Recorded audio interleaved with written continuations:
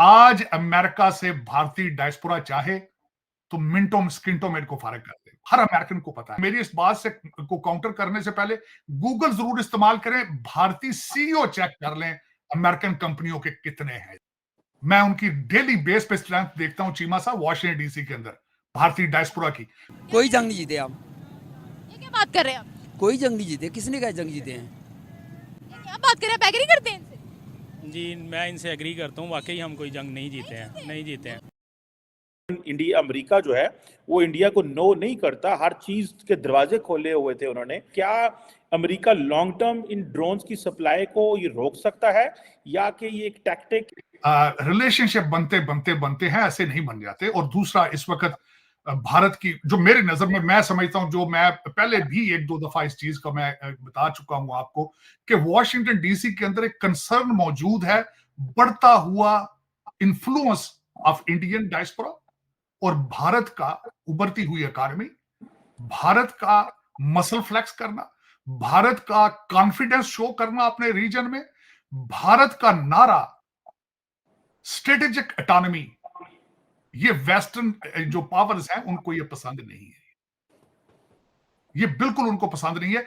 इनको आदत पड़ चुकी है डिक्टेशन देने की। इनको आदत बन चुकी है कि लोग सरनगू होकर इनके पीछे पीछे चलें, अमेरिकन एम्बेसडर जहां भी हो वो एक्ट लाइक वॉइस राय करे। ये इनको आदत पड़ चुकी है।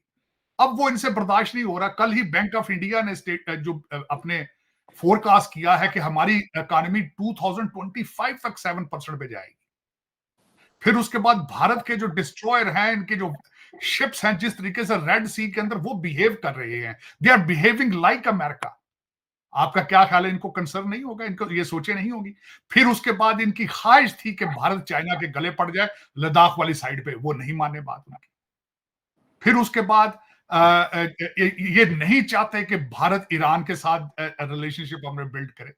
ये नहीं चाहते चाह बहार जो है वहां, मेरा मकसद है वहां भारत इतना उसमें आगे जाए सारा कुछ।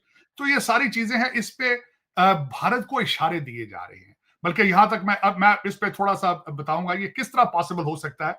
आपने बताया कि स्काई गार्डियन, स्काई सी गार्डियन और सी गार्डियन जो ड्रोन थे $3 बिलियन के, उसके साथ एक शिपमेंट मौजूद थी 8 बोइंग तैयारों की, P-81 तैयारों की। अगर उनकी शिपमेंट सप्लीमेंट्री रोकनी थी तो फिर 45 एकड़ का वहां कॉम्प्लेक्स बनाने की क्या जरूरत थी भाई? बेंगलुरु में इन्होंने अभी एक हफ्ता पहले मोदी साहब ने उसका इफ्तिताह किया है। हर अमेरिकन को पता है। सिर्फ 11% American have left faith in Congress. तो उस कांग्रेस ने भारत को चैलेंज किया है। उसका क्या असर होगा? कुछ असर नहीं होगा। इस वक्त जो सबसे बड़ी बात, जो स्ट्रेंथ है भारत की, वो भारत का पढ़ा लिखा अमीर, जो मैं कहूंगा बल्कि खासकर technocrat diaspora. Technocrat, the word is a technocrat. आज अमेरिका से भारतीय डायस्पोरा चाहे तो मिनटों स्किंटों में इनको फारिग कर देगा। मैं उनकी डेली बेस पे स्ट्रेंथ देखता हूं चीमा साहब वाशिंगटन डीसी के अंदर भारतीय डायस्पोरा की। मैं आप अजय बंगा देख लें। अब मैं कहता हूं इस बात को, मेरी इस बात से को काउंटर करने से पहले गूगल जरूर इस्तेमाल करें, भारतीय सीईओ चेक कर लें अमेरिकन कंपनियों के कितने हैं इस वक्त।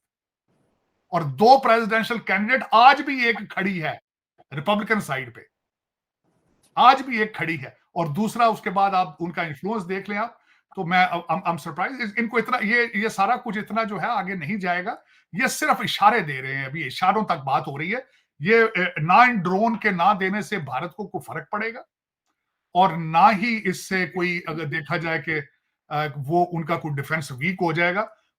उनकी जो ग्रोथ जिस तरीके से हो रही है भारत की, वो इनके कंट्रोल से बाहर है। और ना इसकी भारत के ऊपर इसका कोई असर पड़ेगा। बल्कि मैं एक और बात बताना चाहता हूं, ये जो इंडिया के साथ पंगे ले रहे हैं, ये सिर्फ ये पंगे इसलिए ले रहे हैं उस खबर से जान छुड़ाने की। मेरे ये भी एक एंगल उसका हो सकता है कि वो जॉर्डन वाली, जिसमें 34 इनके जख्मी हैं, 3 मर चुके हैं, उस खबर से जान छुड़ाने के लिए ये पन्नू साहब को इस्तेमाल कर रहे हो। ये भी एक स्ट्रॉन्ग पॉसिबिलिटी है। इनसे टेक्सास का बॉर्डर अपना प्रोटेक्ट नहीं हो सकता, ये इंडिया को थ्रेट देंगे। ये इंडिया के ड्रोन रोक के आप समझते हैं कि उनको घुटनों पर लेकर आएंगे? जो चीज उनकी अच्छी है वो मानने वाली है, हाँ, चाहे मुखालिफ हो। दुश्मन है हाँ। वो, हमारे दुश्मन है। 3 जंगें कर ली हमने, लेकिन जो चार। चीज़ अच्छी है 4 की और कितनी करेंगे? 3 4 की नहीं हारे हम। कौन सी हमने जीती है? अभी बताए आप। कौन सी? 71 वाली 71 वाले में बांग्लादेश खोया था, हमने भूल गए। 70,000 फौजी जो हमारे कब्जे में चले गए थे, वो जो होते जनाब भट्टो लेके आए थे। 65 वाली जान जीते ਭਾਈ ਜੀ 65 ਵਾਲੇ ਵੀ ਹਰੇ ਅਸੀਂ। ਚੁੰਡੇ ਅਟੈਕ ਹੋਇਆ ਸੀ, ਅਸੀਂ ਉਹਦੇ ਬੰਬ ਬਣ ਕੇ ਕਿਤੇ ਵੀ ਹੈਗਾ ਮੈਨੂੰ ਦੱਸੋ ਕੋਈ ਜੰਗ ਨਹੀਂ जीते ਸੀ। क्या क्या? पढ़ लो, कोई जंग नहीं जीते आप, ये क्या बात कर रहे हैं आप? कोई जंग नहीं जीते। किसने कहा जंग जीते हैं? ये क्या बात कर रहे हैं? आप एग्री करते हैं इनसे? जी मैं इनसे एग्री करता हूँ, वाकई हम कोई जंग नहीं जीते हैं, नहीं जीते हैं। वो हम तो एक चप्पा भी कब्जा नहीं कर सके इंडिया की ज़मीन पे। कहाँ कर लिया? जंगजू है ही नहीं हम। अच्छा, वो थे मुजाहिद जनरल जियोला, उसके बाद कोई जनरल नहीं आया। हमें डरता फिर पाकिस्तान को आपने किसने कहा इंडिया डरता है? एक मिनट ठहरे, एक मिनट ठहरे, इनकी तरफ लेके आए। आप ये बताएं, एक मिनट ठहरिए, इधर करें, इधर के कैमरा इधर करें। आप ये बताएं, मियाँ चन्नू में आके मिसाइल गिरा था? बाकी हिंदू जो है ना वो किसी मुसलमान का दोस्त नहीं हो सकता है। ना कैसे हमारा? एक मिनट ठहरे भाई, मैं ये बता दें, इंडिया पाकिस्तान बनने से पहले आपने हिस्ट्री पढ़ी है कोई? इंडिया पाकिस्तान बनने से क्या हम इकट्ठे नहीं रहते रहे रहते रहे?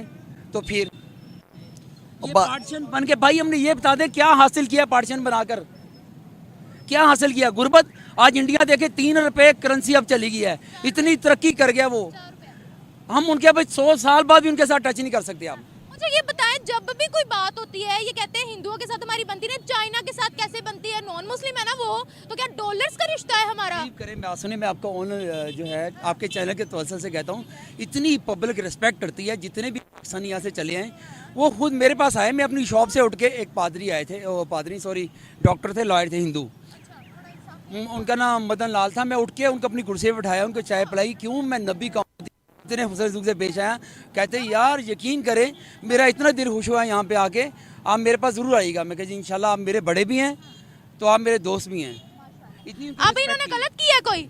नहीं उन्होंने बात ठीक की है कि अमेरिका पिछले कुछ वक्त से कंटिन्यूस कोशिश कर रहा है कि इंडिया को प्रेशराइज करें, और ये प्रेशर बनाना चाहता है अमेरिका।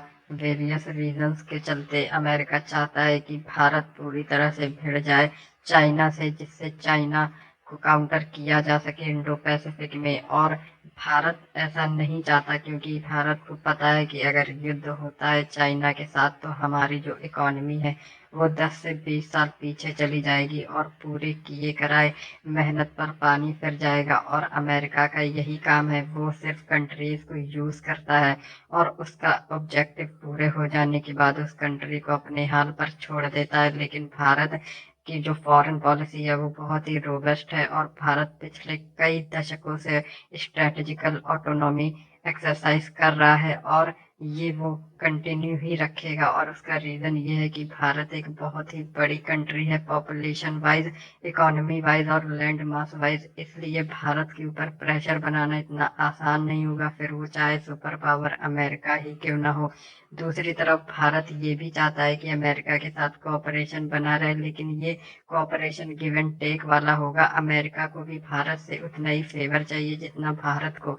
तो ऐसी स्थिति में अब देखने वाली बात ये है कि भारत की फॉरेन पॉलिसी किस तरह से एक्ट करती है। साथ ही साथ अमेरिका की करंट सिचुएशन को देखते हुए ये साफ है कि अमेरिका ज़्यादा दिनों तक ये कोशिश नहीं कर सकता भारत के ऊपर प्रेशर बनाने का, क्योंकि भारत की बढ़ती पावर अब एक ऐसे स्टेज पर पहुंच चुकी है कि अमेरिका खुद ही पीछे हट जाएगा और भारत को उसकी स्ट्रेटेजिक ऑटोनॉमी एक्सरसाइज करने देगा।